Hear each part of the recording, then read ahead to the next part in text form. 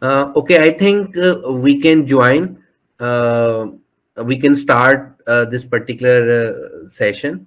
Sure. So let me tell Dr. Ali, like currently we have already joined the two faculty member of IQTM, Dr. Taiba and Ms. Sana Hassan. Uh, Welcome to everyone. yeah. So I think we should start the session. Hmm. Thank you so much, Dr. Ali Ahmed. So let me give the brief introduction, and then Dr. Ali will uh, give his introduction in detail. So Dr. Ali Ahmed, he graduated from the Shanghai Jiaotong, and he published number of good publications in the top tier journals in the area of human resource management, organizational behavior. So in today's session, I requested him to give us the talk on how the PhD students can start conducting a research. So like how to generate the ideas, how to do the literature review, brief overview. So thank you so much, Dr. Ali, and over to you. Thank you so much, Hakeem Saab. It's really pleasure and honor to, of course, have a seminar with from Punjab University faculty members and students, and of course, scholars.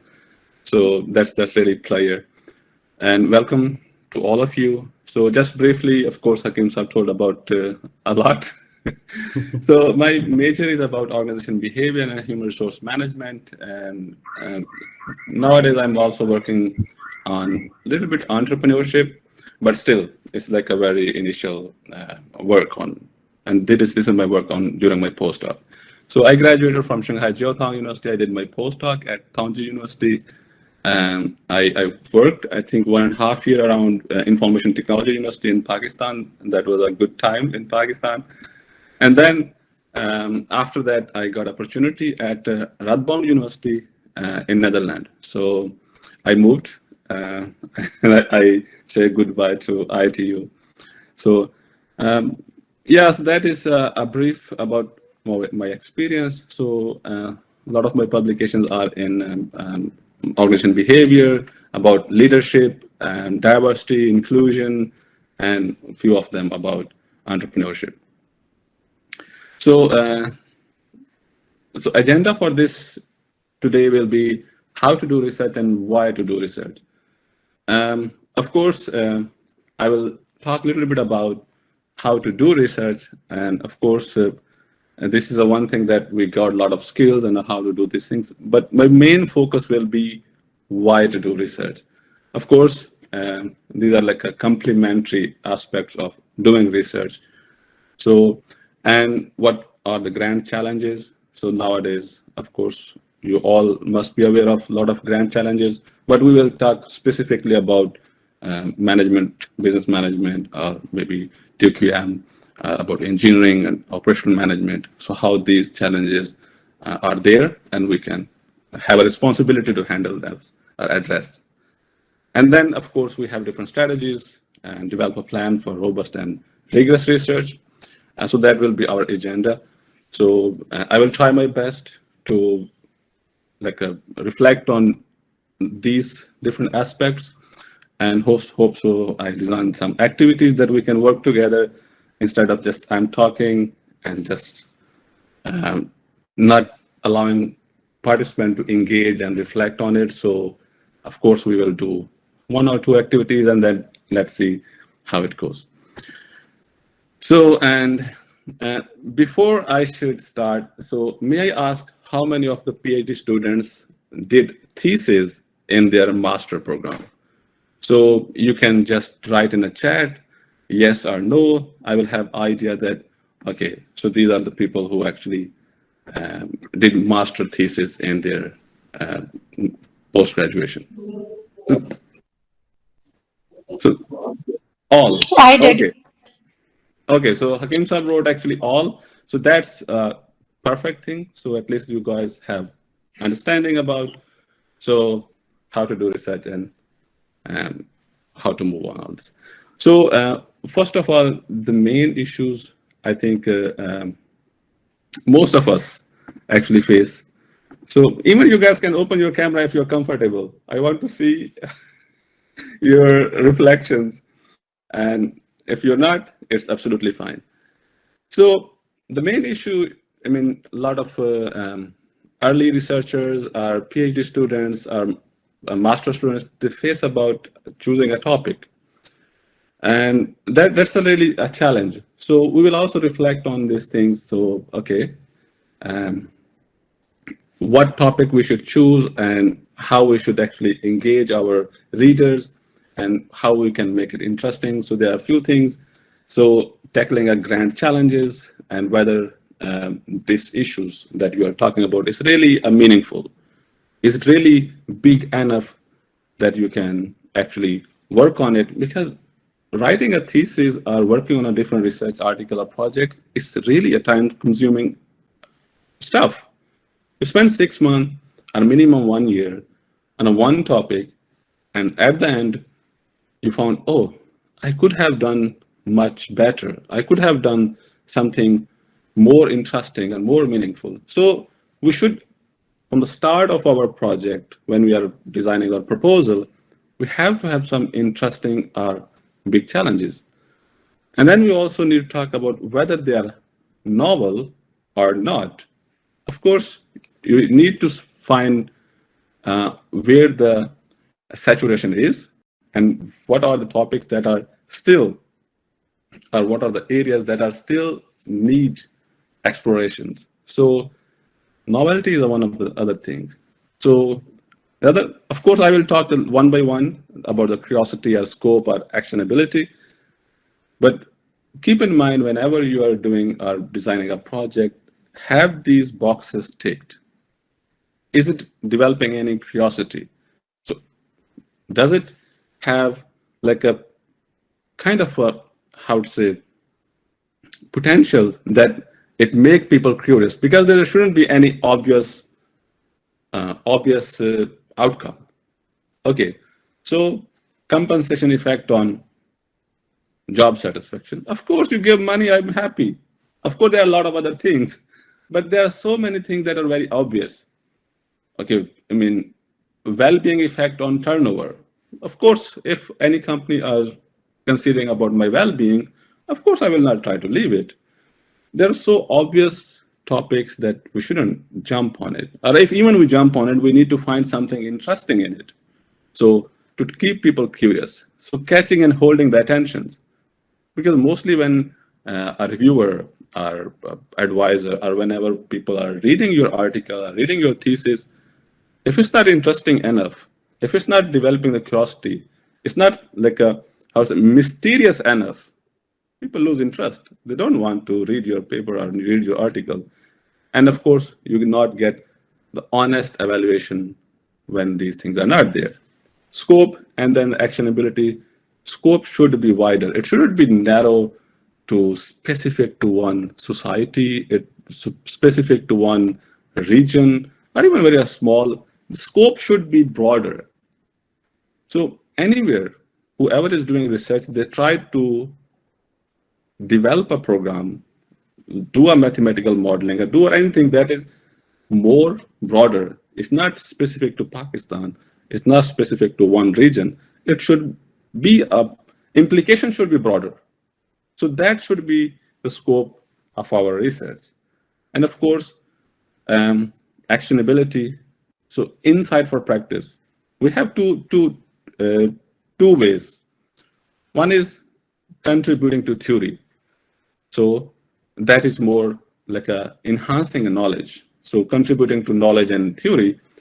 The other thing is whether whatever we are doing, does it have any implications to practice?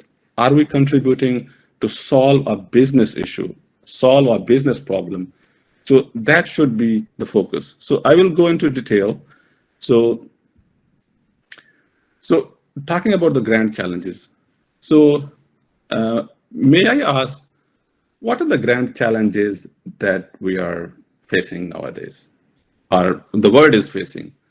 So anyone? Global recession. Global recession, wonderful. Yeah, that's a big issue in the whole world. So Europe is tackling the issues, and USA is also handling these issues. Of course, underdeveloping countries are much more in worse situations. So, but yeah, that's the issue.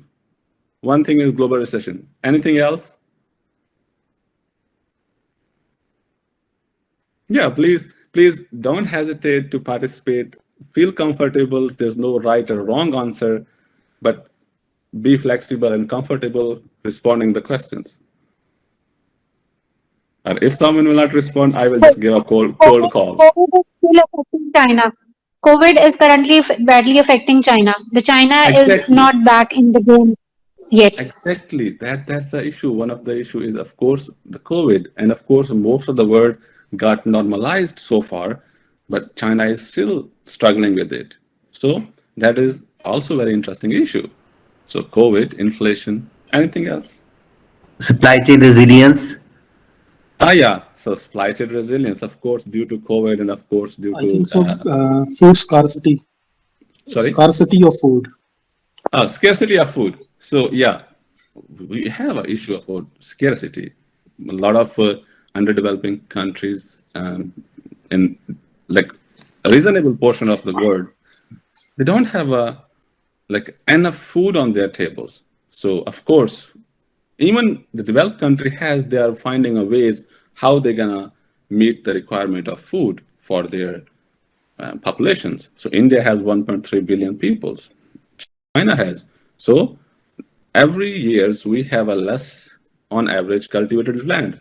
What will happen? How we gonna provide like a food to humanity?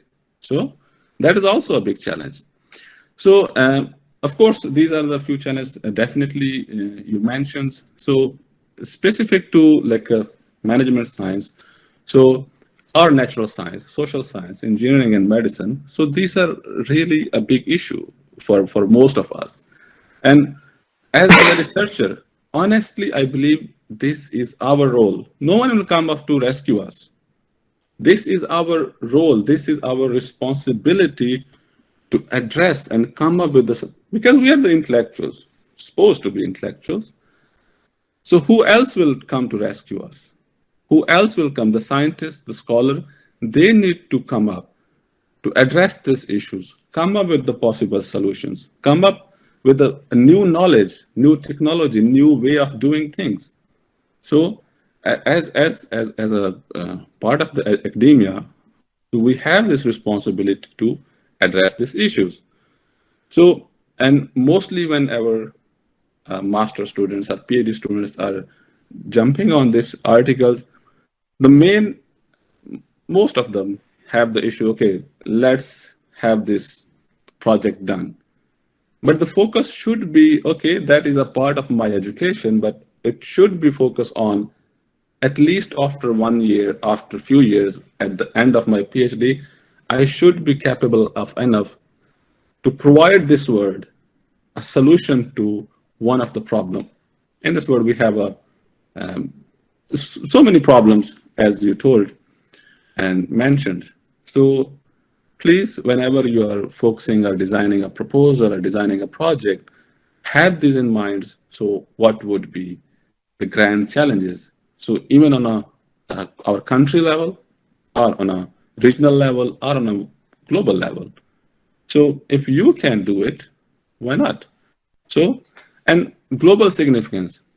Of course, you can address a country issue, but even most of the countries has similar problems. So why not this solution, that research should be addressing the issues that are, so let's suppose Pakistan is an underdeveloping country. So a lot of underdeveloping countries can even learn from our research. So that should be the goal of addressing our in research. So let's suppose here is a climate change issue. One of them. I mean, we have an issue of education. So 50% or 40% of our children are out of school. Can we provide a platform? Can we provide a model? Can we suggest a policy that how we can encourage like parents or the society that our children who are not in schools, they should get education? And of course, not children, but there's also discrimination or kind of a stereotype or lack of resources, whatever you name it. about gender imbalance. We are eager to educate our son in like a small villages, but we are not eager to educate our daughters. So why is that? So why we cannot encourage or we cannot address these issues or provide possible solutions? How can we increase the enrollment of female students to higher education? And not just in education. Why we have like a less females in industry? Why male? So of course we have a 50% of population, or even female are 52%. Why that half of our population is not in workforce? A very less minority of our females are in workforce. What's the problem? Social problem, institutional problem. I mean, there are so many things. Look on these things. And the climate. So as a researcher, can we address these issues? I mean, not only Pakistan. Of course, we faces the floods. Recently in Pakistan, it was devastating, and it destroyed a lot of economy and poor people. So whenever the issue of climate happens, it's not only one country, a lot of countries are facing this. So how about pollution? These are the big issues. Please focus on this. We have an issue of medicines. Of course, the healthcare system is not as efficient or not as, how to say, well developed in underdeveloping countries. And similar about the sanitation.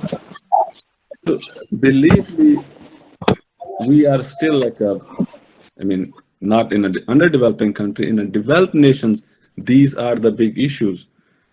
And this is not only responsibility of institutions or the politicians, this is responsibility of as a academia.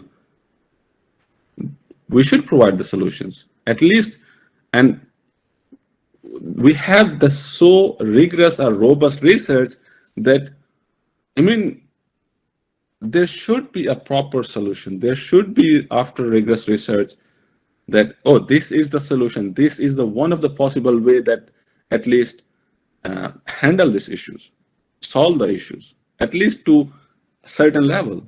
And of course, we can, as a business students, we can make a cost-benefit analysis. So we have to have like these things in mind. So when we are addressing or designing a proposals. So this is the grand challenges. And you can even mention so many others from our perspective. So please keep in mind whenever you are designing a proposal, designing a project, this should be priority, not only publication, not only just crossing the lines. Okay, I need to do my PhD, or I gonna do my master thesis, that's it. And after that, I'm gonna continue with my life or job. Yeah, these are the kind of a part of our life, but please at least reflect on these things, that we have a responsibility to address these issues. Novelty, there should be something novel. Novel doesn't mean that you simply go out of the domain.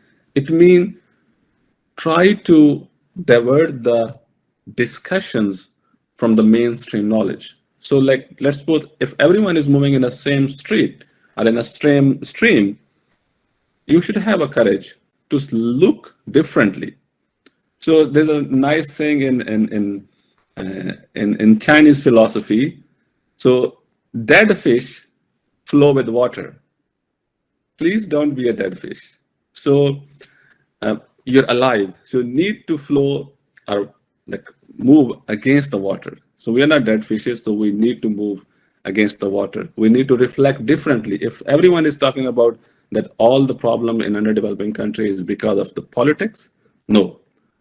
There are a lot of issues that on a different scale we can address. So, and dare to be different. Of course, change in a business perspective, change in a society, change in anything is always difficult. So, and of course, change in academia. If the whole TQM department is working on a similar topic, you have to have a courage to divert the direction of discussion at least come up with some novel or different ideas that say, oh, this is interesting. It should make people more, how to say, curious about your topic. So curious about your research. Of course, it should be meaningful in all these things, but please try not to be a dead fish. So flow against the water. And okay, so let me just quick, okay. Of course, recently I went through Journal of Operational Management. So usually, this is one example. A bright side of trustless relationship. That struck my mind. So usually when we talk about, oh, if you have a trust between two partners or two firms, you grow well, investment trickled in, you do innovation and all these things. But here it says, the bright side. What could be the bright side of trustless relationship? So any idea? So do you think it's an interesting topic? So anyone can anyone reflect on it? Very interesting. Yeah. So this is the counterintuitive. Of course, they prove what they are saying. So usually we, in OB especially, of course, and this is in operation management. So this is not very common topic in operation management, but they publish it. And of course, these are very prominent researcher. So trust between two firms, two organizations, is usually positive. And if there's no trust, usually we think, if we don't have a trust, why should we do business? But here it says, if you have no trust, there are some positive thing about it, and they prove it with the data. And similarly, we talk about leadership. So, and there's a lot of research about leadership. Okay, how to say, charismatic leaders. And of course, charismatic leaders are good. They motivate people. They encourage people to work hard, come up with the new ideas and solve a problem. But there is also a dark side of charismatic leadership. They are like egoistic. Sometimes they are a kind of a narcissist. So it's not charismatic leadership always good. It also has a bad effect. So there are a lot of like opposite side of the good things. So it seems too good to be true. So try to look differently. So don't find always a positive relationship. That okay, trust has positive relationship with the performance or the output or productivity. Also look something that could be the opposite side. So similarly about leadership, similarly about different quality standards, of course. And there are a lot of quality standards that are imposed by WHO, so are about the World Trade Organization. So these are helpful for the underdeveloping countries or not? So there should be a discussions. Of course, they're helpful. They are like increasing the product quality. On the other side, whether we have trained laborers, whether we have enough technological advancement, or we have enough R&D that we can meet the standards. So there are a lot of pros and cons. Look on the other side of the perspective. So the novelty also means, does your research merely add to a momentum created by the existing voice, or does it cause head to turns? So usually what most of us are focusing on novel ideas. What we are doing incremental contributions. It's not like a paradoxical change. So we are not diverting the whole discussion, mostly even including myself. What we are trying to do, the incremental discussion, okay, a little bit enhancement to the existing theory or practice or knowledge, but mostly we are overlooking, can we, like, how to say, make people to think about, oh, this is really something new. So knowledge building by bridging the literature or discipline. So one of the things that I learned during all my experience, please combine different disciplines. It makes your research more interesting. It makes your ideas more prominent. So just don't stick with your own discipline. Like, okay, if I'm working on OB, I don't want to look on TQM.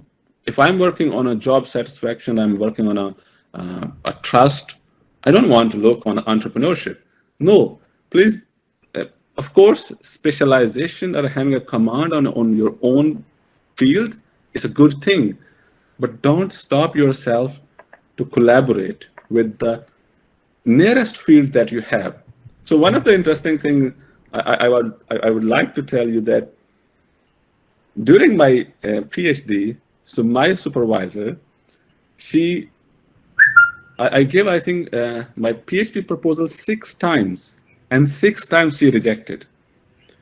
And because I was focusing on specifically human resource management practices and how it has effect on the performance of the organization.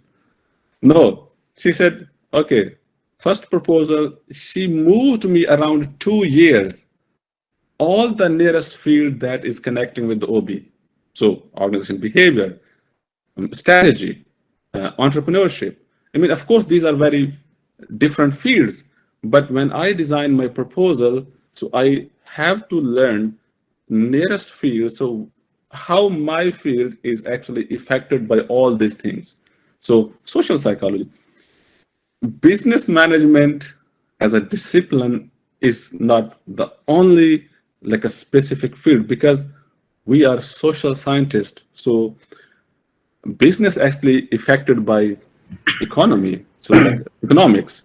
So it can affect our like a engineering background. So economy, engineering, and we have a combination of even social psychology. So if we are organization and operating in a specific country, we need to follow the cultural values and norms. So it's not only the economics, it's not about the quality, it's not about entrepreneurship, it's also about societies. So all the nearest discipline actually affect us. So without having understanding of all these disciplines, we will not come up with some like a very enormous big ideas. So please, have expertise about your own topic, but keep enough room to understand what is happening next to my fields, like OB connecting with the TQM, or HR connecting with the strategy. Yes. Dr. Ali, can I have a question? Yes, please. Actually, I want to know what do you think about how we can generate the good idea, like either through the literature review or someone else. So, can you enlighten us on this particular issue? The next slide is exactly about that. Just wait for Okay. a few minutes, and of course we have small exercise. You will love it, actually. Okay, so just curiosity catching or holding attention. So one thing is, the most important thing is not to stop the questioning. Curiosity has its own like reason for existence. If we are by choice or by chance, if we become a researcher, please don't stop being a curious within our society, within our economy, within our global scenario. We daily read a lot of news. We see a lot of like updates, what's happening. Try to ask questions. Okay, oh, this is thing. So as a researcher, how can I address this issue? So please stay curious.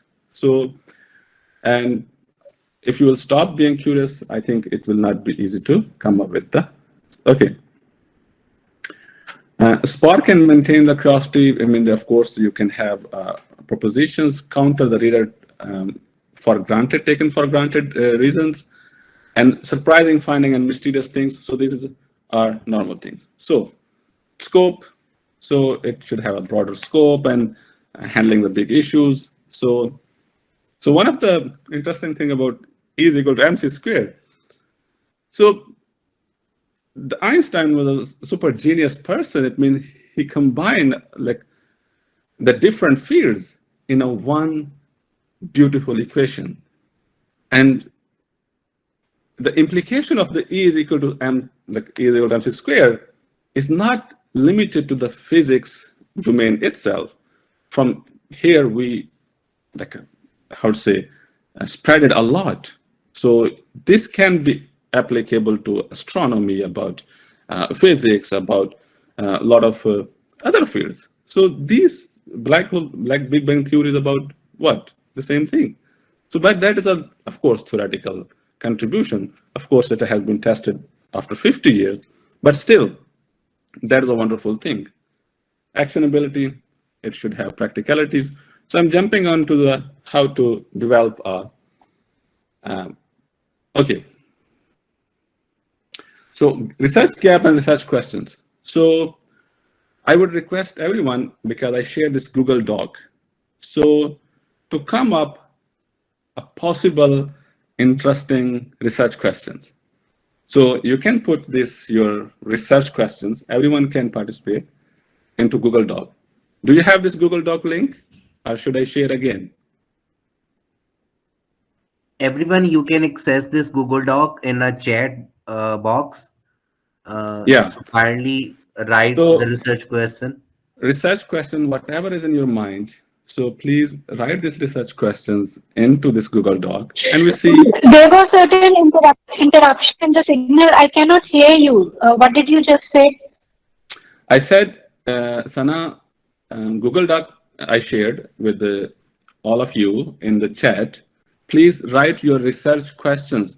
What research questions you are working on? Are you supposed to work in this Google Doc?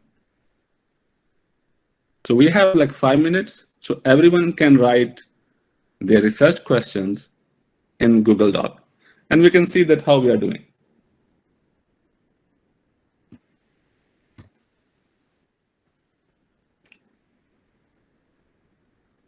So everyone can access easily, or are they facing any trouble?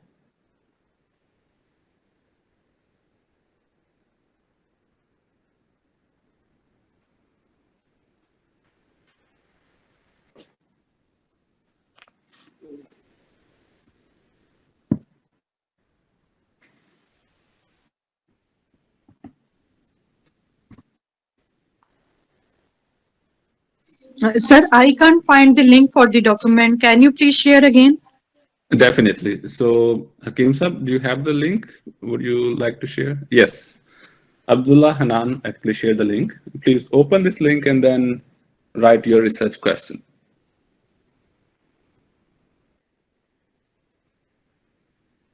Even you can write like a one or two multiple research questions, no worries.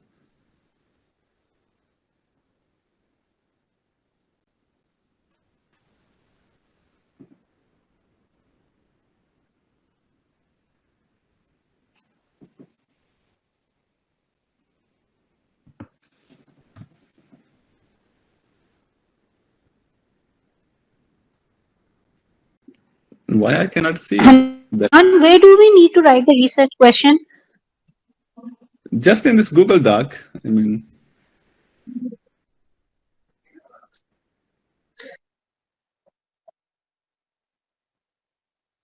I allowed it, I think. Sharing, yes, and okay, here you go, and then editor. Okay, done. Everyone can do this. So here we can see what research questions we can come up. Okay. I don't want to write my research question, so otherwise. Hanan, right now I'm using my phone, so where should I go to type it? Madam, you can write down on the chat box. Yeah, that is also okay. Yeah.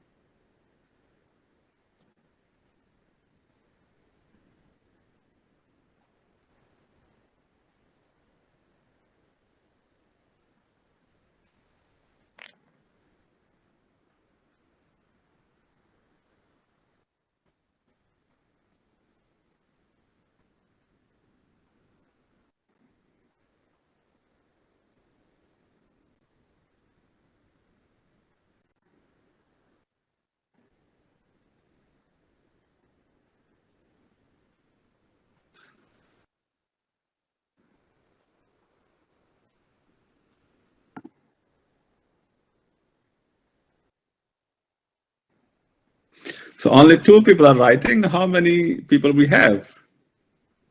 We have around 8 participants, 12 participants.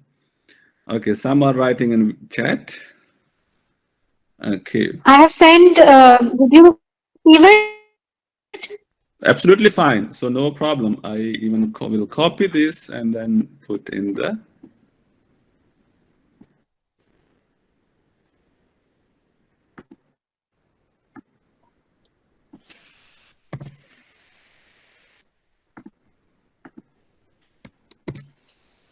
Okay, impact of fly ash compositions on the soil fertility, a case of paper manufacturing sector of Punjab.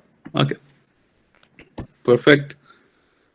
We have another questions. How will ambidexterity allow Pakistani textile sector to respond strategically to political turmoil and financial risk? Perfect. Anyone else?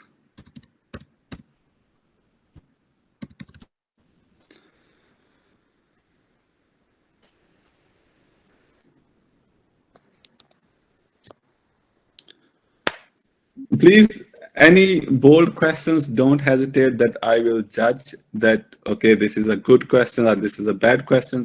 Don't worry about it. Whatever is in your mind, whatever you're passionate about, please write it. So this is a learning. Of course, no one is perfect from the first day that, okay, I designed the perfect, wonderful research questions. No, this is not possible. We develop on it, we refine it, we work on it. So it's like a gradual process to refine or make our research question perfect. But at least start from the something that is you're curious about. Okay.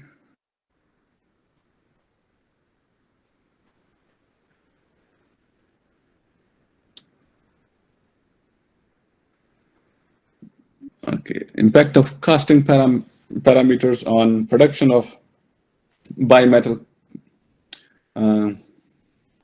composites. What are the effect of variation on casting compositions on the inference priorities, interface priorities? Okay. So this is all, or still we need to wait a few minutes?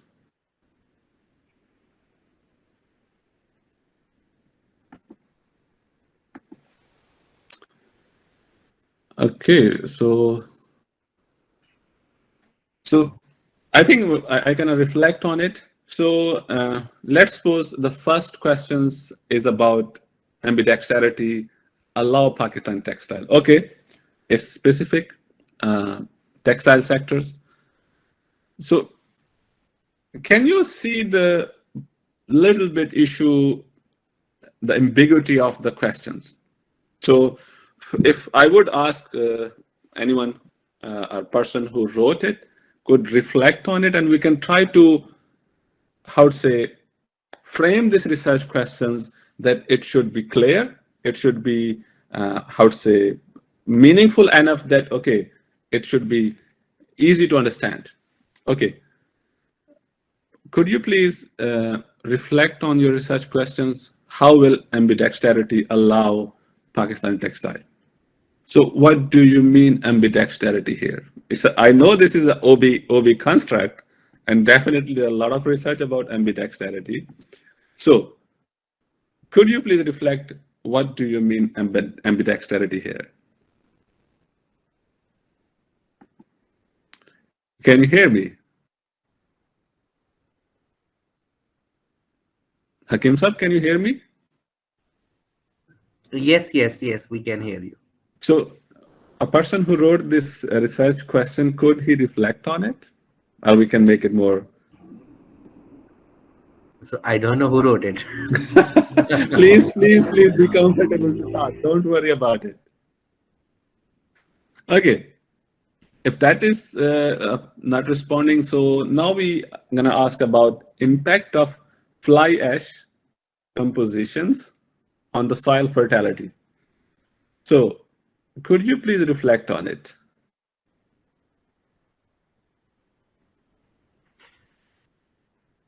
Actually, Hello? I think a few of these are not research questions. I think they are just the title. It's okay, it's fine, Yeah. definitely. Title is also perfectly fine. So anyone who wrote about this flying ashes, so why not? They should reflect on it. And we can make it more interesting. It's really interesting for me, even, or for a business management community, that we can work on these things. This is a big issue. So the fog and of course the pollution is a big challenge for underdeveloping country. We can work on it and what impact it could be. So please, a person who wrote this, is it possible to reflect on it?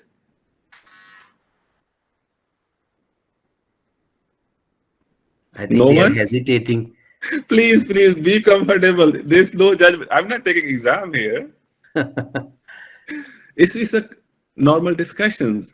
So believe me, when I wrote my first research question in my master's, it was so simple. And even my advisor said, okay, please move on from this research question. Of course, we are not perfect. We work Okay, on it. Hanan, if you wrote the first question, can you elaborate us?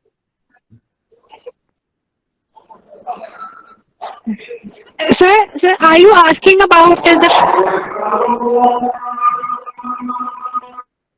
Okay, we can work on this challenges facing in public hospitals regarding service delivery.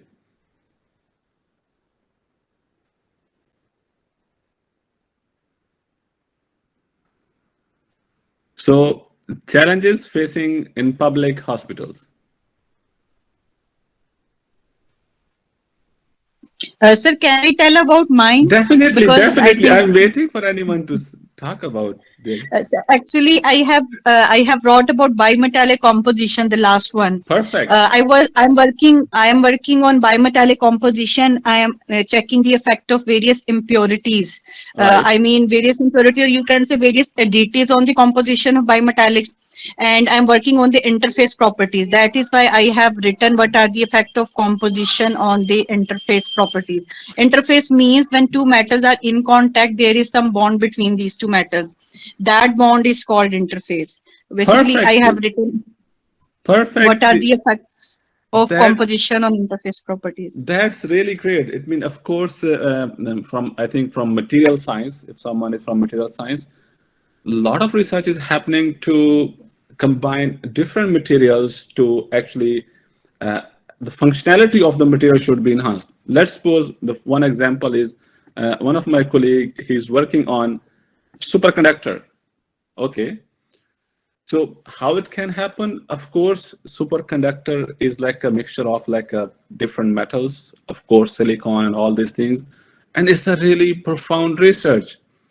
So superconductor can be used in our electric batteries. So because we have an issue as a global community, issue of climate crisis, because we need to decrease the carbon emissions.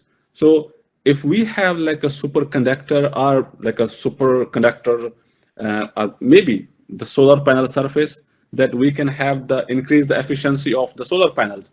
So these are, I think, the work of especially the material scientists. And of course, this is one of the really interesting field to come up to solve not only the issues in Pakistan, we can also solve the issues globally. So one of the interesting thing is about startup nations. So it's a little bit interesting that why a lot of innovations happening from Israel. So it's a very small, tiny country.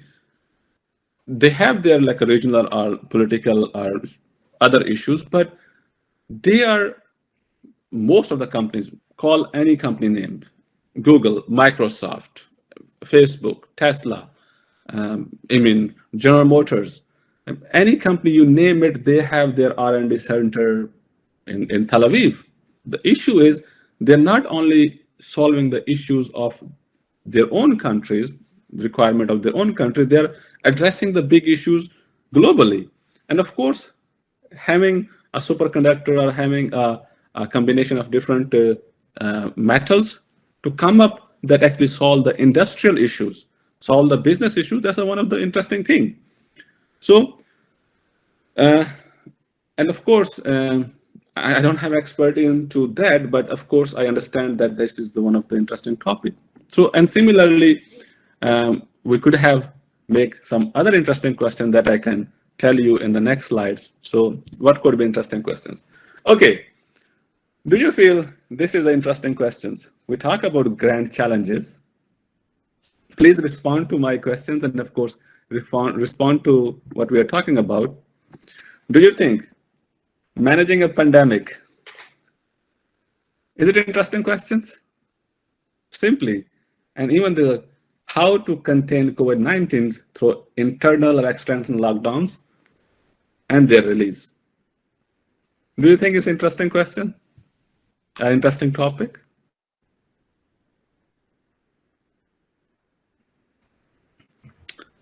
Of course, it's a management science paper. Exactly. Why not? We cannot come up with these topics. So, of course, I'm not saying that research questions are the topic that people or the participant wrote. They're not interesting enough. But look, we talk about grand challenges. So we talk about climate change, we talk about poverty, we talk about inequality, we talk about a lot of other things just 5 or 10 minutes before.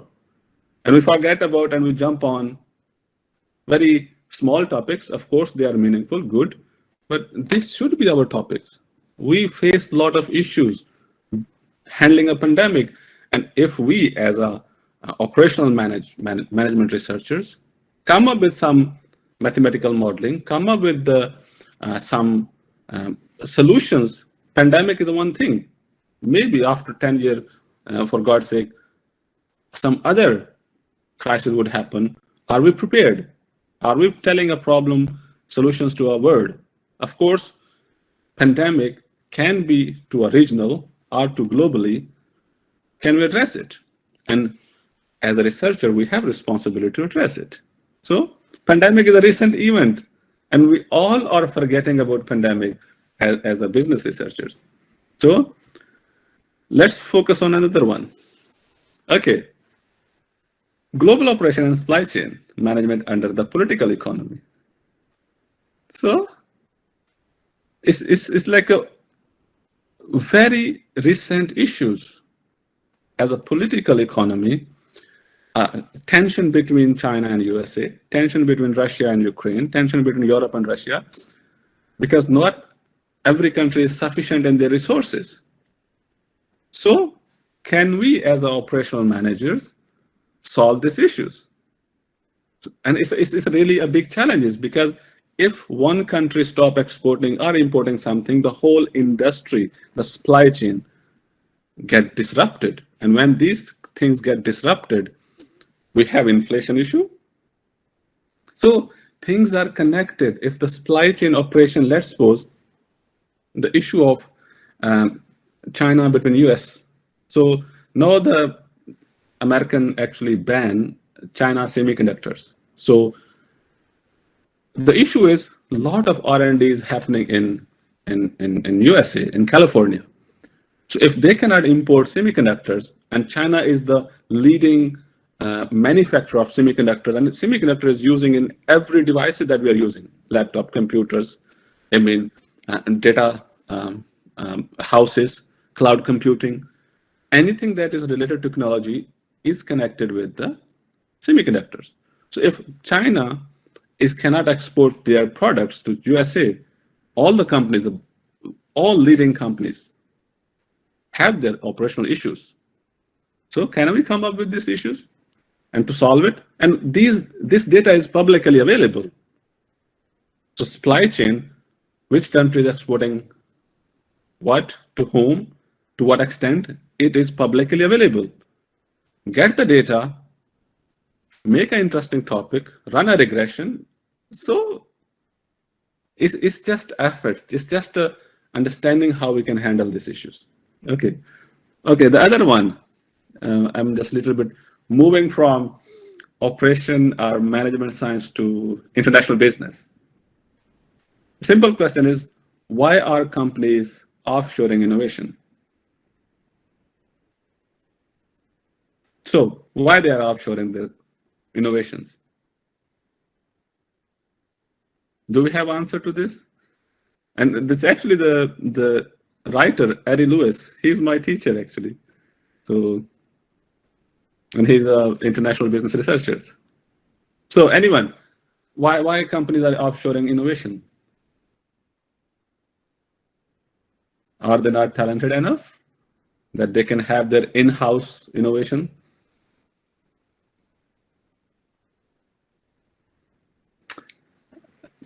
Anyone can respond it?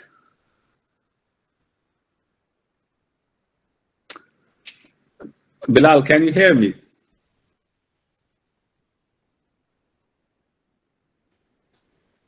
Hello?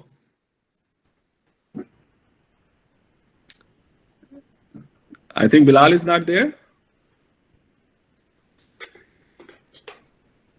So I love to get engaged. I love to like have a discussion on different things. Of course, please be comfortable to talk with me. Otherwise, I'm like looking ahead. I'm talking with the computer. So Hakeem Saab, is it an interesting topic? Yeah, of course. So can you, I mean, of course, how broad it is. We can take any perspective. Why some companies, why countries are like companies are offshoring their innovations. We can talk about the labor issues. We call about the cost effectiveness. So why all the people who are sitting in California, they're offshoring their R&D to India, to Bangalore. So this is a big issue. So first of all, they have a cost benefit analysis. So it's cheaper to have offshore their innovations. So a lot of software is developing in Bangalore. So in Chennai, in like the South India. And a lot of pharmaceutical companies actually having their R&D in India. So why we cannot even have these things? So we can talk about availability of technical people. So let's suppose Apple has the biggest manufacturing factory in Shenzhen, in China. Why, being a rival, like a trade rivalry between China and US, why they are offshoring all the manufacturing, all the R&D, a part of R&D to Shenzhen? Because there's availability of cheap labor. And of course, there's like a big issue about the ecosystem. So entrepreneurial ecosystems. So different clusters, like a lot of R&D happening in Tel Aviv, a lot of R&D happening in Stockholm, a lot of R&D is happening in Amsterdam. So a lot of R&D is happening in Taiwan, in Indonesia. So in a different geographical regions, there are different clusters. And it's a natural process. Why only the California or like in USA is a hub of all tech companies? Don't they have resources in Washington, D.C., or don't they have resources in New York? But problem is because people are connected there. So this ecosystem developed. So similar in Pakistan. So why the textile is only in Faisalabad? Even near to Faisalabad is not like a cotton producing area. So why these cluster happen? Because it's kind of an ecosystem developed. Similarly, in Sialkot, in Gujranwala. So all these industries happen in a clusters form, and we try to understand how this cluster develop, and even we can develop different clusters at different other places. So this is one thing. And this is a topic about OB. When job dissatisfactions leads to creativity. So even Ching Cho, she is also my teacher. So, and she actually gave us this assignment to read this article. Usually we have the concept that if I'm satisfied, if I am satisfied with my job, I can be creative. She proved it. If you are dissatisfied, you can be creative. So please, these are the things that these are the big topics so that we can look at. So this is an interesting thing. Please find a master, find a guru, or find a murshid. Murshid is a Pakistani word. Follow the big names. So consider yourself a how to say, part of into that stream of knowledge. Please, like, I consider that my guru, my master in my field are these two people. Who know these two people? Anyone? They are very big name in our organization behavior and strategy. Okay. So one of them, one is Ansui. She's kind of my mentor. So whenever I look on her research articles and whenever she publishes, I'm the first person to read her articles. So I try whenever she publish, I go to like a Google Scholar page, and of course I try to get her articles. So other is a Mike Peng. So Mike Peng is a strategy researcher in UT Dallas. So one of the leading name in strategy, and especially the global strategy. If you are working on supply chain issues, so from the business point of view, Mike Peng is the one of the leading expert in the world about global strategy, how the global supply chain, how the global strategy work from the business point of view. And if you want to learn about OB, of course, there are a lot of big names. So you can, one of them is Ansui. And she's also from University of Arizona. So both of are my teachers. So these are my mentors. So if you want to find a research gap, because these are the leading experts and they know what are the research gaps, they know where the contribution can be made. So instead of looking on random article, please make your guru, decide your guru. Who is your, the more you read about something, the more you actually get it. So at least one thing is a takeaway from the whole presentation. Of course, you can design your research question, you can come up with interesting ideas, big issues. If you're gonna keep up on the updated knowledge, please find your guru. Hakeem Saab, so one of the guru is also your professor, Woodshit. Like my guru is Professor Heitman from Australia, especially if I'm working in the forecasting area. Yes. Yeah. So these are the, if someone knows about Ishfaq Ahmed Saab, वो कहते हैं कि दुनिया में दो लोग ही कामयाब होते हैं, साइंस लोग या साइंसदान. So if you're gonna be a scientist, please find your guru. So find your master. These are the people who actually know the overall pictures. ये लोग जितने बड़े होते हैं, इन्हें उतना ही आइडिया होता है कि कहाँ कंट्रीब्यूशन की जा सकती है. Working on small topics is okay, but please find your master, find your guru who actually is a forefront knowledge producer. They write a lot of theoretical articles, they write editorial views. So these people are the who can actually tell you the research gaps. So that is actually the answer, how we can find a research gap. This is the one of the thing. So you can find research gap. So find your gurus and move on. The other thing is, please read and understand the literature chronologically. Issue ये होता है कि when we read article, we read random articles. Sir, can I add something, please? Please.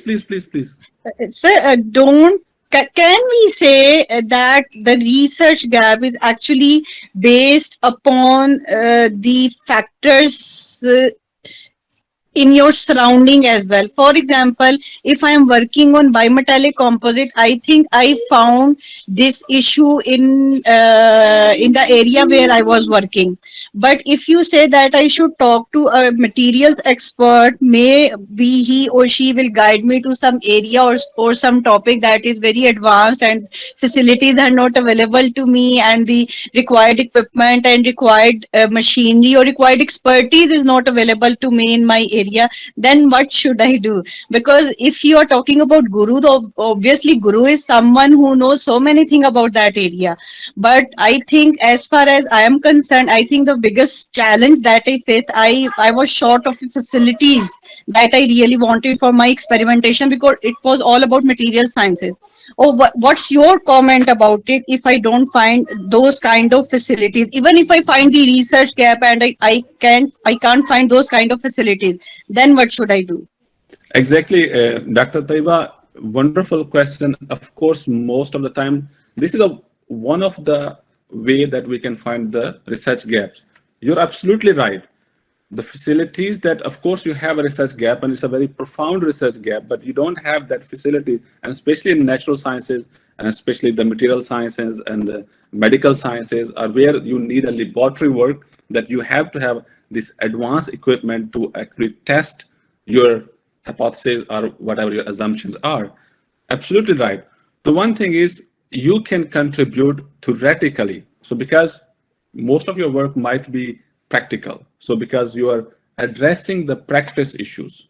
So what are the industrial issues you're addressing to that?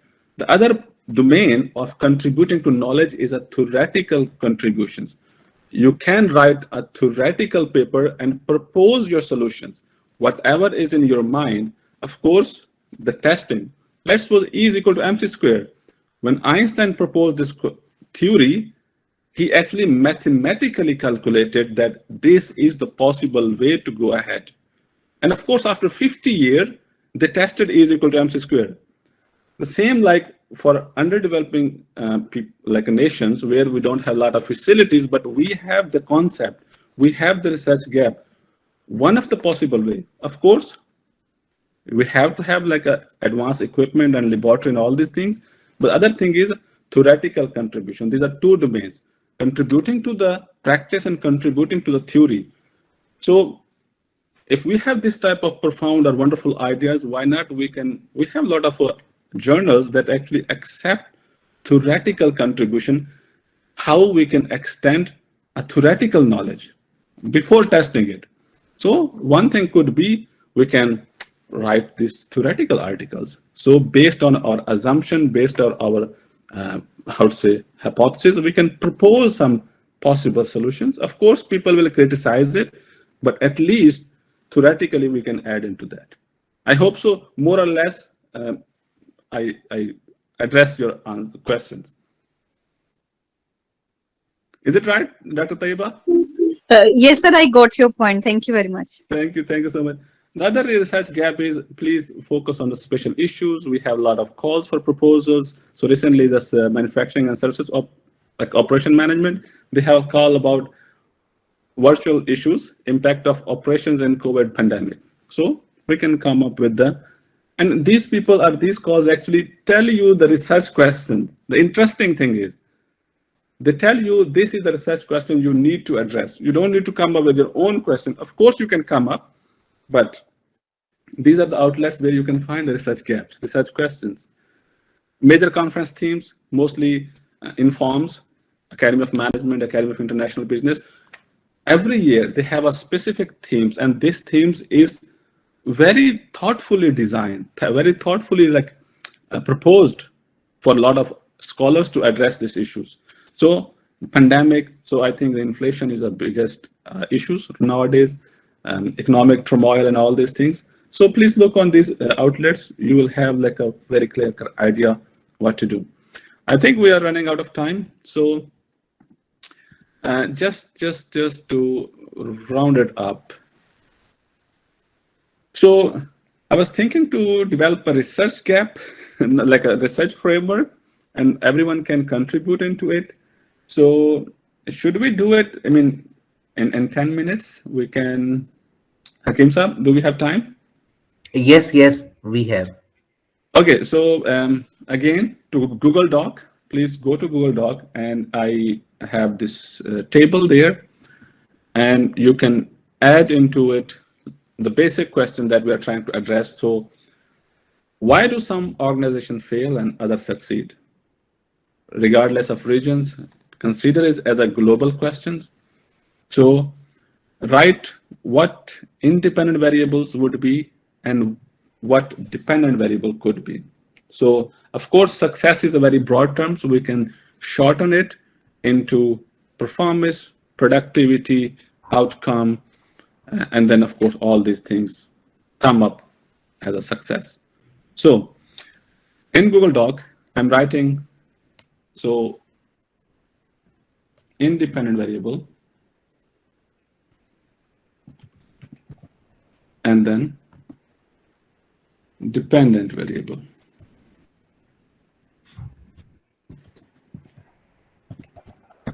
Okay, so please, anyone can write into this table. So why do some firms fail in any organizations and others succeed? Successful failures. So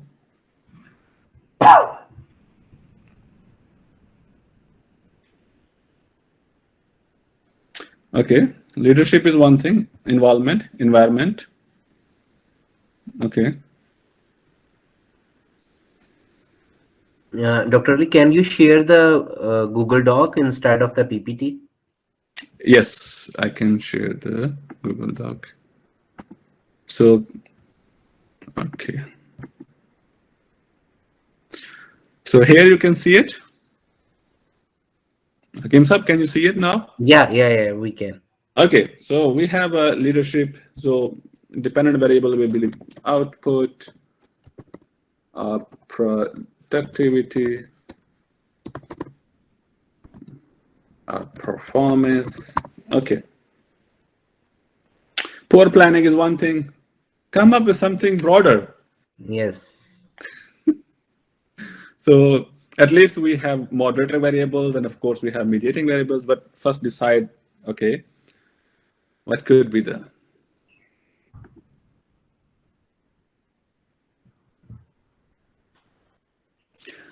If you can be specific, that will be also nice. Of course, leadership involvement is one thing. Think about from the operationalization point of view. Okay, whatever variable we are writing, how can we operationalize it? How we can measure it?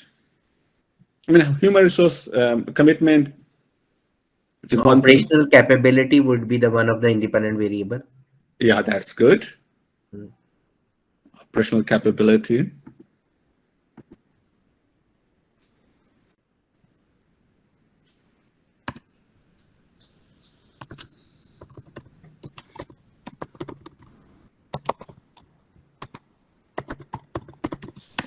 Innovation capability is also one thing. Yeah, as well as operational flexibility. Flexibility is a perfect thing. And we know these are the established measures, and we can find this data. Okay, if I gonna focus on from my entrepreneur point of view, ease of doing business. So believe me, there are a lot of public data available. You can simply have this data and regress it. It's a wonderful paper. Yeah. So ease of doing business is a public data every year. So World Trade Organization actually have this indicator from every country. So which country has a better ease of doing business? So if we talk about agility, would be another agility is the one thing. Yeah, that's a good thing. So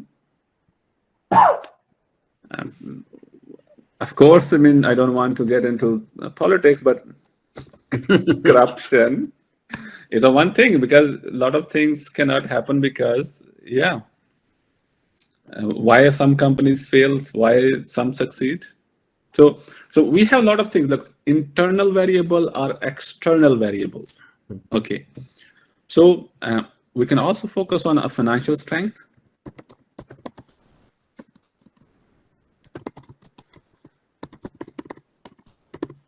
So financial strength is one of the things. So if any company who has more finances, more money, they are more likely to succeed. Okay. And the other thing is, if some company has a less financial strength, they can be less successful. Okay.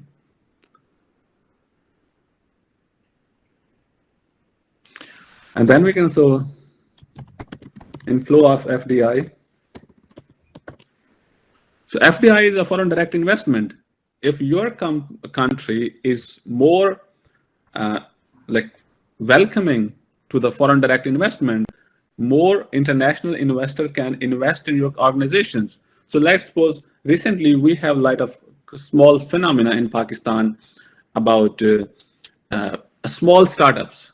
The startups culture in Lahore, in Karachi, in Islamabad is little bit nurturing now. So a lot of people coming up with how to say uh, logistic solutions. So let's suppose if we gonna like mention few names like about this like Cheetah or the Paikia or other small companies, we have a logistic issues. So if any company who gonna actually have this direct foreign direct investment, they can actually capitalize their operations. It is possible. Okay. So now look, so these are the two independent or dependent variables. So we can develop a lot on, we can categorize them. What are the internal variables that actually help company to succeed or perform better? What are the external variables? And we can see whether the data is available or not. And we can link it with the performance. So, and then the other thing, one of you wrote about training. That is okay. That is a wonderful moderating variable. Two companies, they have, how to say, money. So both have equal amount of money, but when they prioritize it, where I need to spend this money, let's suppose training or having a better R&D. So the utilization of resources make difference. So we can take training, like they train their employees. So one company train their employees, one company put on different infrastructure or development or something like this. So you can see the moderating variable as a training, moderating variable as a capacity utilization, the moderating variable as a resource utilizations. The other is and resource acquisition. So there are a lot of things we can consider as a moderating variables. So these are very big issues. And of course, this is not a specific to one culture, one country. Any country, any company can actually adapt this model and actually make a, how to say, make a research topic. So anything you want to add in it? So of course, these are small activities, and of course, anyone who want to reflect on how to say resource commitment, human resource commitment, or capacity innovations, capacity technology adoptions. One thing is the technology adoptions. That is the one thing, good thing. Who is writing technology adoption? So anyone who want to reflect on technological adoptions?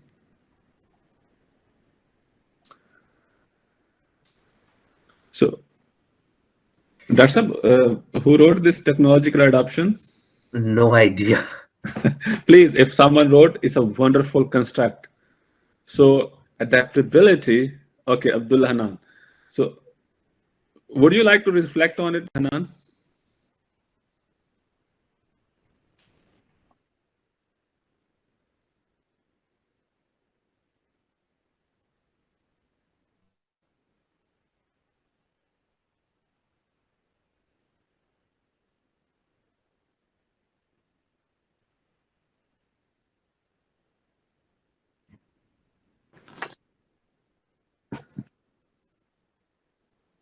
Exactly. So that's a one of interesting thing. So, and believe me, technological adoption is a big challenge for, like, people who don't like change. So changing from one way of doing business to adopting a new technology or incorporating a new technology is a big challenge for lot of organizations. So, and of course, so it's not only a problem of Pakistan industry, this is also a problem of a lot of underdeveloping or developing nations. They don't want to adapt to new technology. If we can, of course, the competitions and the success and all these things matters, and we cannot like pick one and ignore others. So we have to have a broader understanding and scope that what could be the possible outcomes. So that's one thing. So I think let's move on. We have 15 minutes to go. Okay, so literature review. So the main focus, the half an hour we spend, like 1 hour on framing or conceptualizing what could be the best or interesting topic. So now I'm gonna go into details. So literature review and of course the methodology and analysis. Of course, I will talk briefly. So please, one of the most of the people do mistakes about literature review. They collect random paper and they try to put into the literature review. Please, this is one of the biggest mistake. Literature review is an intellectual discussion between different scholars. Let's suppose we can take example of technological adoptions. Some articles or some researcher will say technological adoption is good. So, but there's always constraints. Under what conditions? It's not like a blank answer, right or wrong. No. In some organizations who are less resourceful or more resourceful, a lot of researchers has their point of view about technological adoptions. So you need to see what the existing research is talking about technological adoptions. So we come up with the hypothesis technological adoption has a positive relationship with the performance. Of course, this is your hypothesis. And most of the time when we submit our article and the reviewers say your hypothesis argumentation is not enough. So what he or she means that the way you develop your hypothesis, you haven't have provided the complete overview how the technological adoptions evolution happen, what are the existing research, and you are not the only one who is answering the positive effect of technological adoption or performance. Maybe 10 people already wrote about. So then it means your hypothesis is not new. Your hypothesis is not developed enough. So your paper got rejected. So you got a lot of criticism. You have to have chronologically, let's suppose a paper published in 2005 about technological adoption, and now you're writing a paper in 2023. In that 15 year, what advancement happened about that topic? Can you provide the overview about that? So that is a literature review, intellectual discussion. Some says it has positive effect, some says it don't. Having all the discussion and reaching to you after 2 pages or 3 pages about your hypothesis, unless you will not provide all the intellectual discussion how we reach to this stage and whether your hypothesis is meaningful or not, it's based on how you develop your literature review. Don't put random article in the literature review and jump on your hypothesis. Have the sequence, chronological discussion, and come up with hypothesis. Have all the argumentations. And then provide a theoretical support. Theoretical support, is there any other research or theory? Of course, I'm reflecting from my point of view, like we have in organization behavior, a lot of theories, social exchange theories, social cognition theories, identity theories. So we have leader member exchange theories. So there are so many theories, and these are the established theories. Can we address this issue with the existing theory? Does it make sense? So the logical understanding to your topic or to your research question with the theoretical support. Reasoning and justification. So whenever you develop hypothesis, before developing hypothesis, please provide reasons. Why do you think that technological adoption has a positive relationship? Why not negative? You need to provide all this justification, all this reasoning before developing a hypothesis, before developing a research framework. So provide justification with the literature support. And please don't put any article that is not addressing that issues. Some of time, or most of the time, we associate a wrong article with the wrong discussion.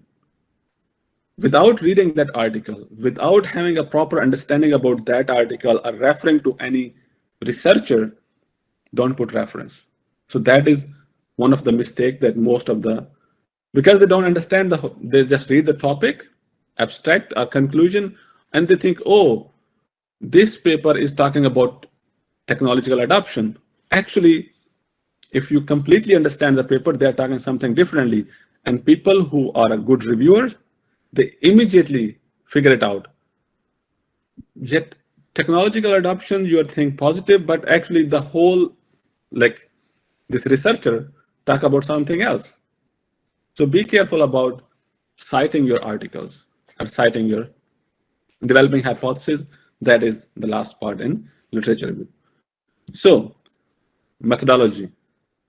So one of the things in methodology, of course, you come up with a sample, like, of course, measurement methods. So please, always, whenever you are developing your research questions, align between the research question and data.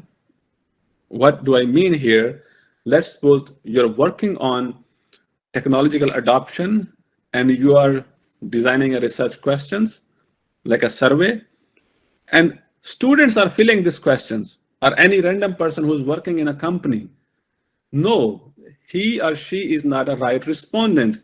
If you are working on a technological innovation, people who are responsible for innovation, let's suppose if you're going to a company, ask the R&D department or a chief technological officer, that because he or she will know what technological advancement can be or there in our company, not a random administrative employee from HR. No, so that is, we call it data research question mismatch. And that is an immediate, a weak point that your paper or your thesis get rejected. If you have a different research question, but your sample is different, immediately you are rejected. So have an alignment. Whatever your research question is, find that data. So reliability measures, and of course, we can do this reliability measures from subjective point of view and objective point of view. Don't, how to say, like focus only one source of data, like subjective data from the questionnaires. Please have to have objective data. So when you combine subjective and objective data, your research is more robust. People will more believe in you. So your results will be more, generalizability will be larger. So please consider, whenever you are collecting data, don't focus on absolutely objective data. Try to understand what this objective data mean, like facts and figures, existing financial reports, or we have like a stock exchange data or whatever. So these are objective variables. Try to link with the subjective. Sometimes data doesn't say anything. So, but as long as you get understanding what this data means from the subjective point of view, you can combine these two types of data. And one of the issue is, when we are collecting data, we collect data from single source. Single source means we just collected data from employees. And employees are the people who are actually filling this questionnaire about their performance and about their knowledge. Sometimes it's a biased. If you ask me about my knowledge, then of course I will rate it higher. And of course I say, I'm a good person, I can also increase the performance rating. So try to have a supervisor and employee data, like a two-source data from two sources. So manager or the supervisor or the leader are more, how to say, appropriate person who can actually evaluate the employees. So the biasness will be decreased. The other thing is, the common control variables are gender, age, education, experience. How about other things? So mostly we have R square, like a R square mostly 2% or hardly 2.5%. How about that 75% variation? So R square, statistically I'm talking about, 75% variation in our model is absent. So maybe unknown variables. So try to include other variables. Let's suppose if we are comparing two firms financially, so whether these two firms are financially strong and they have effect on performance, all else equal. So how it can be all cells equal? You need to control these variables. You need to control their flow of FDI. You need to control their innovation capabilities. You need to control about the political support that organization get. Because our main variable about financial resources and the performance, all other variables we need to control, not about firm size, firm age, or other things. We need to include as a control variable all other related variables, and then we can be more confident saying that, okay, this has effect on performance. So just increase your control variable from gender or age or education or experience or firm size and all these things from more broader list. If you see economics paper, in economics, sometimes you have 20 control variables because the more control variable you have, the more precise finding you will get it. So that is the one thing. Analysis, of course, people from operational management, they are having a more analytical capabilities than an OB person. So data visualizations, so reliability checks and model fitness checks. And the one other thing, fulfilling the regression assumptions. We get data, we jump on doing the regression or correlation analysis. No, you have to fulfill the normality checks. So unless your data is not normal, you cannot run the regression. Of course, there are different techniques. Statistically, you can handle these things. Of course, like a homoscedasticity, and then of course you have to have a kurtosis or squeeness issues. You have to have all assumptions fulfilled before running a regressions. So that's one of the problems that our junior scholars, they jump on regression. No, check the model fitness, reliabilities are okay, data visualizations, the missing variables, all these things you need to check. Of course, we can spend a whole lecture on data analysis, but I'm just saying the key points, what should not be done. So, and now we have few minutes. If I would say each of you, what is a takeaway of this whole 1.5 hour discussion, please just explain in few minutes. I will be really happy that what is a takeaway from this session. That's a tough one. So of course we will not remember all these things. Yeah. Few of things we will forget, but No, anything that you will say. I think so, especially the point you raised about finding the guru and the murshid, that is the most effective one, as well as reading the good journals paper, top tier journal papers. That is also a good one because we can find out the good articles and the top researchers over there. Because as well as my experiences, that if you are reading the top tier journals, you will get the idea from there, and then you can easily even the second tier journals paper and getting the idea. Like if I'm giving you the example, if you are reading the management science and journals of operations management or production and operations management paper, and you're getting the idea over there from there, and then you can easily publish in International Journal of Production Economics, International Journal of Production Research, because those even International Journal of Production Economics and Research are also very good journals, but the top tier professors are publishing in management science and Journal of Operations Management, so you can easily get the idea from there. Absolutely right. So now anyone can volunteer, or otherwise I will just simply say the name and they need to talk. That's I'm a little bit pushy, but yes. Who next? What is the takeaway for all our discussion today? One thing that you will remember from this session. Assalamu alaikum. जी वालेकुम सलाम.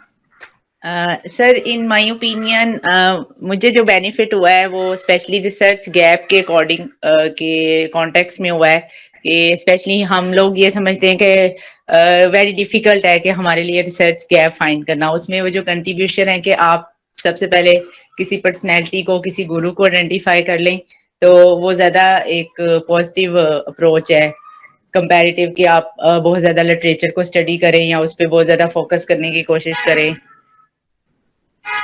That's a wonderful thing. It's mean find your guru, find and remember their work chronologically.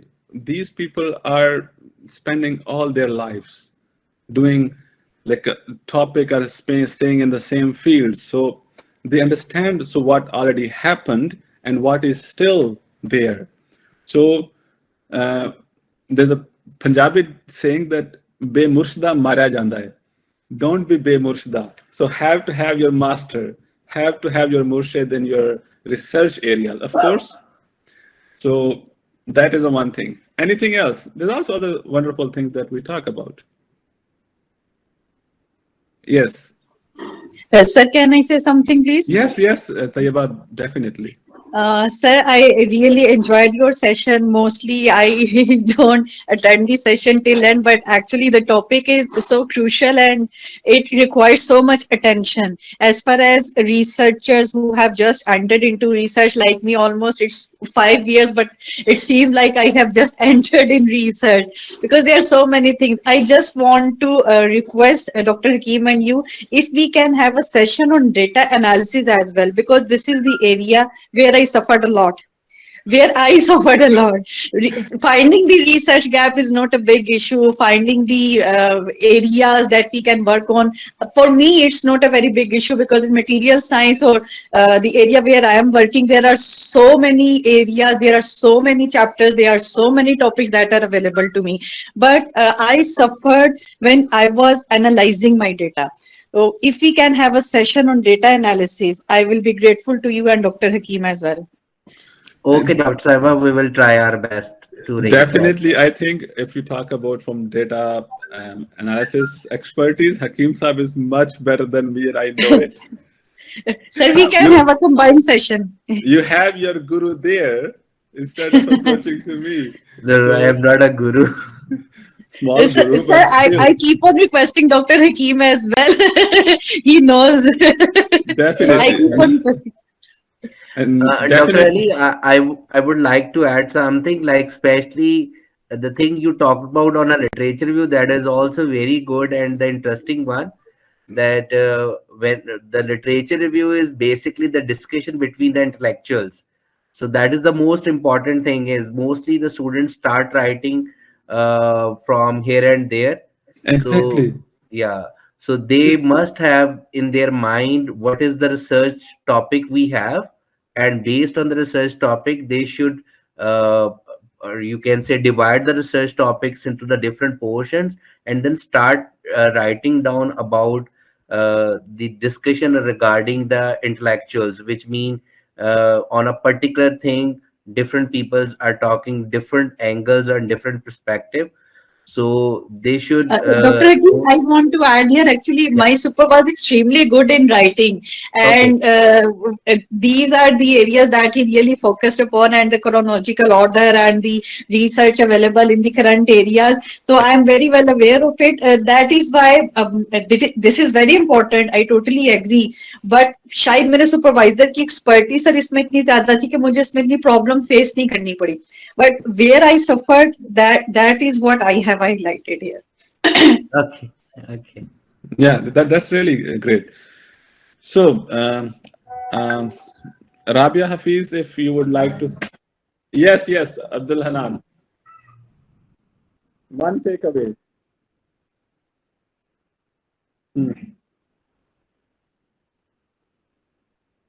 Right.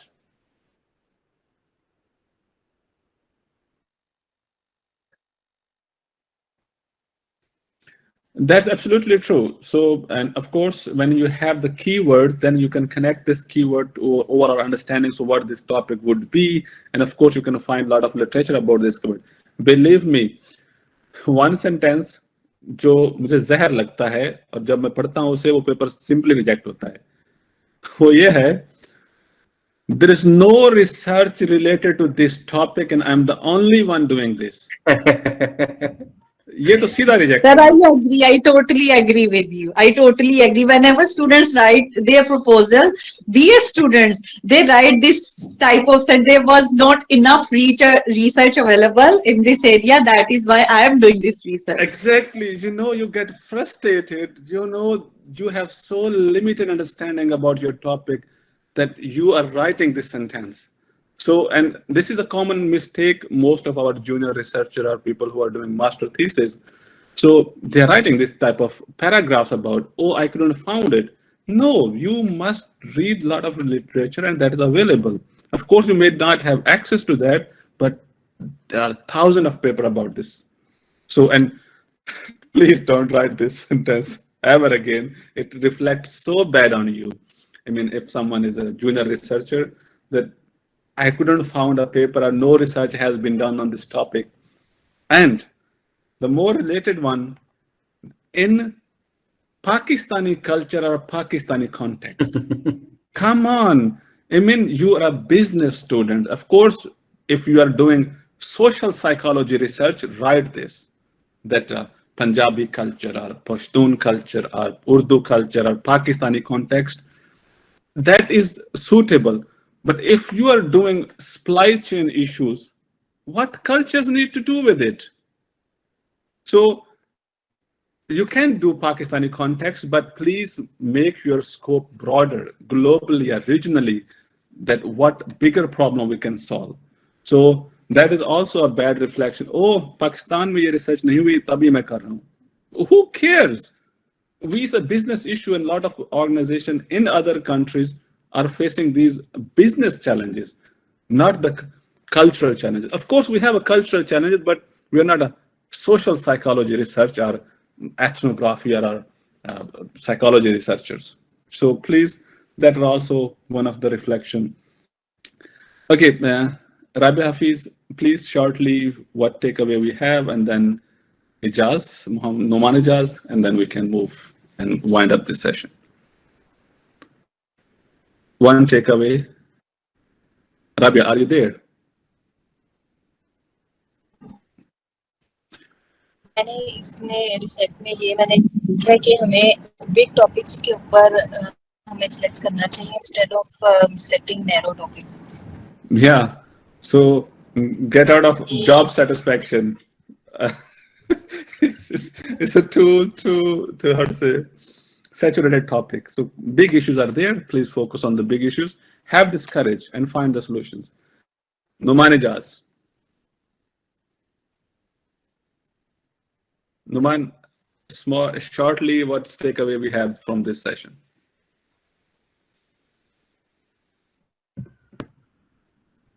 Okay, I think Numan is away from his mic, or I don't know. Anyway, so that's all for today. And Hakeem Saab, over to you. Thank you so much, sir. Thank you so much for your time, and it was really a wonderful talk. So we are really thankful to you for your time. So thank you so much. It was a great players, and hope so. If I will have another opportunity, I would be happy to discuss different things. Thank you so much, sir. Thank you. So Thank you. Have a good day. have a good day. Bye bye. Bye bye.